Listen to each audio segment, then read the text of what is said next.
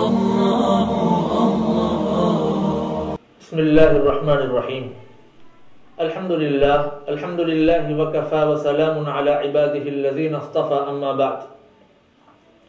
عزیزان گرامی، اسلام کے مطابق دنیا کی زندگی مومن کے لیے قید خانہ ہے، جہاں چند دن مصیبتوں کو برداشت کرتے ہوئے اسے رہنا پڑے گا، پھر آخرت کی بے حساب نعمتیں اسے نیک اعمال کے عوض دی جائیں گی. یورپ کے لوگ اور سارے غیر مسلم لوگ کہتے ہیں زندگی نہ ملے گی دوبارہ، اسی لیے خوب کماؤ اور عیش کرو، حرام حلال مت دیکھو. اسی وجہ سے یورپ میں اور ساری دنیا میں کافر لوگ اپنی عورتوں کو کمانے کے لیے بھیجتے ہیں. یورپ میں تو یہاں تک ہے کہ جب لڑکی کی عمر 18 سال ہو جاتی ہے تو والدین خود اسے فورس کرتے ہیں کہ جاؤ اور کما کر لاؤ. تو ہماری خواتین میں سے بھی اکثر انہی کی دیکھا دیکھی کمانے کے لیے جا رہی ہیں اور شوہر اور بچوں کی خدمت کرنے اور باقی سارا وقت اللہ کی عبادت میں گزارنے کو اپنی شان کے خلاف سمجھ رہی ہیں.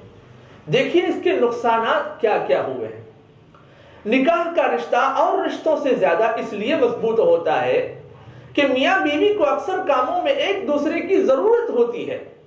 مثلا شوہر کو اپنے بچوں کی پرورش اور اپنے گھر کی حفاظت کے لیے بیوی کی ضرورت ہوتی ہے. اسی طرح بیوی کو اپنی فطری خواہش کے علاوہ پیسوں کے لیے مرد کی ضرورت ہوتی ہے. اس طرح دونوں ایک دوسرے کی ضرورت ہیں اور اسی لیے دونوں ایک دوسرے کو برداشت کرتے ہیں. شوہر بیوی کی مانتا ہے، بیوی شوہر کی بات مانتی ہے. اب اگر عورت خود بھی کمانے لگے اور اسے مرد کے پیسوں کی ضرورت نہ رہے تو وہ اپنے کو شوہر کے برابر سمجھے گی، اپنے کو شوہر سے درجے میں کم نہیں سمجھے گی. پھر دونوں میں اور شوہر کا کہنا ماننے کے بجائے اس سے بات میں زبان لڑانے لگے گی. پھر دونوں میں دوریاں پیدا ہوں گی اور ایک نہ ایک دن ان کا رشتہ ختم ہو جائے گا. چنانچہ ایک سروے کے مطابق عورت کے کام کرنے کی وجہ سے مغربی ممالک میں 12 ملین طلاق کے واقعات پیش آ چکے ہیں. اسی وجہ سے اسلام نے پیسوں میں عورتوں کو مردوں کے محتاج بنائے رکھا تاکہ ان میں جھگڑے نہ ہوں اور طلاق کی نوبت نہ آئے. دوسرا نقصان یہ ہے کہ جب بیوی ملازمت کے لیے باہر جاتی ہے تو شوہر بیوی پر شک کرنے لگتا ہے اور خواہ مخواہ شوہر بے چینی میں مبتلا ہو جاتا ہے اور بسا اوقات بیوی کی پٹائی بھی کرتا ہے، کبھی جان سے بھی مار ڈالتا ہے. اب تک ایسے بہت واقعات پیش آ چکے ہیں. پھر عورت کے لیے آفس سے گھر آنے کے بعد تکان کی وجہ سے یہ ممکن نہیں رہتا کہ وہ جی بھر شوہر کی خدمت کرے اور تھک ہار کر گھر آئے ہوئے شوہر کو اپنی خدمت سے راضی اور خوش کرے، جس کا نقصان یہ ہوتا ہے کہ شوہر کی اپنی بیوی سے دلچسپی ختم ہو جاتی ہے. پھر وہ دوسری عورتوں سے ناجائز سمبند قائم کر لیتا ہے. پھر عورت کی زندگی جہنم بن جاتی ہے. تیسرا نقصان یہ ہے کہ اس بے حیا معاشرے میں جب عورت روزی کمانے کے لیے بھی باہر نکلے گی تو وہ اس کی آبرو کو ہر وقت خطرہ لگا رہتا ہے. اور ہمارے ملک میں بھی جہاں ملازمت کرنے والی خواتین کی کثرت نہیں، اب تک ایسے بہت واقعات پیش آ چکے ہیں کہ جن میں عورت پر زبردستی حملہ کیا گیا اور ان کی آبرو ریزی کی گئی. اسی لیے ہمیں خوب سمجھ لینا چاہیے کہ اسلام کا قانون ہی ایسا قانون ہے جو ہمیشہ عورتوں کے لیے رحمت ہے اور تا قیامت ان کی آبرو کی حفاظت کا ضامن ہے. چوتھا نقصان یہ ہے کہ جو عورتیں ملازمت کرتی ہیں وہ دیر سے ماں بننا چاہتی ہیں اور قدرت کا نظام یہ ہے کہ عمر بڑھنے کے ساتھ ساتھ عورت میں ماں بننے کی صلاحیت کم ہو جاتی ہے. یہاں تک کہ 40 برس کے بعد تو عورت کے پریگننٹ ہونے کا امکان 10% باقی رہ جاتا ہے. تو اس طرح آج بانجھ عورتوں کا تناسب ہماری سوسائٹی میں تیزی سے بڑھ رہا ہے. اسی لیے یہ اور اس طرح کے بہت سے وہ نقصانات ہیں جو ہماری وہ خواتین بھگت رہی ہیں جو اپنے کو مردوں کے برابر سمجھ رہی ہیں اور ان کے شانہ بشانہ چلنا چاہتی ہیں اور گھر میں بیٹھ کر عزت کے ساتھ مردوں کی کمائی کھانے کو اپنی شان کے خلاف سمجھ رہی ہیں.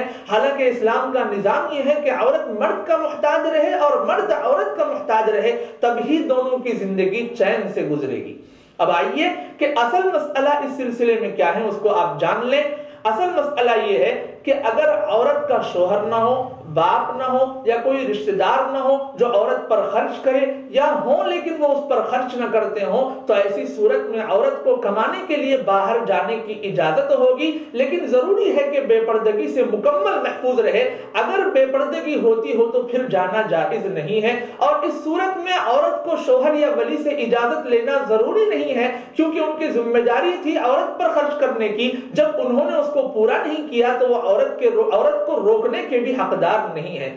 دوسری صورت یہ ہے کہ عورت کمانے پر مجبور نہ ہو، اس کا شوہر یا اس کا ولی اس پر اس کی ضروریات پوری کر دیتا ہو، لیکن پھر بھی عورت کمانے کے لیے جانا چاہتی ہو، تو ایسی صورت میں اسے شادی سے پہلے باپ کی یا جس کی پرورش میں وہ ہے اس کی اجازت لینا ضروری ہوگا، اور شادی کے بعد شوہر کی اجازت لینا ضروری ہوگا۔ ان کی اجازت کے بعد بے پردگی سے حفاظت کے ساتھ اگر جائے تو جائز ہے، اور اگر ان کی اجازت نہ ملے تو پھر جانا حرام ہے، اگرچہ پردے کی رعایت کے ساتھ جائے، کیونکہ جب شوہر یا اس کا ولی عورت پر خرچ کر رہا ہے تو اسے عورت کو باہر جانے سے روکنے کا بھی حق ہے، اور عورت کے لیے واجب اور ضروری ہے کہ وہ اپنے ولی یا شوہر کی بات مانے اور باہر نہ جائے۔ اللہ تعالی ہمیں حق کی باتیں قبول کرنے کی توفیق عطا فرمائے، اور دنیا کے بارے میں شاعر کی اس ہدایت پر عمل کرنے کی توفیق عطا فرمائے۔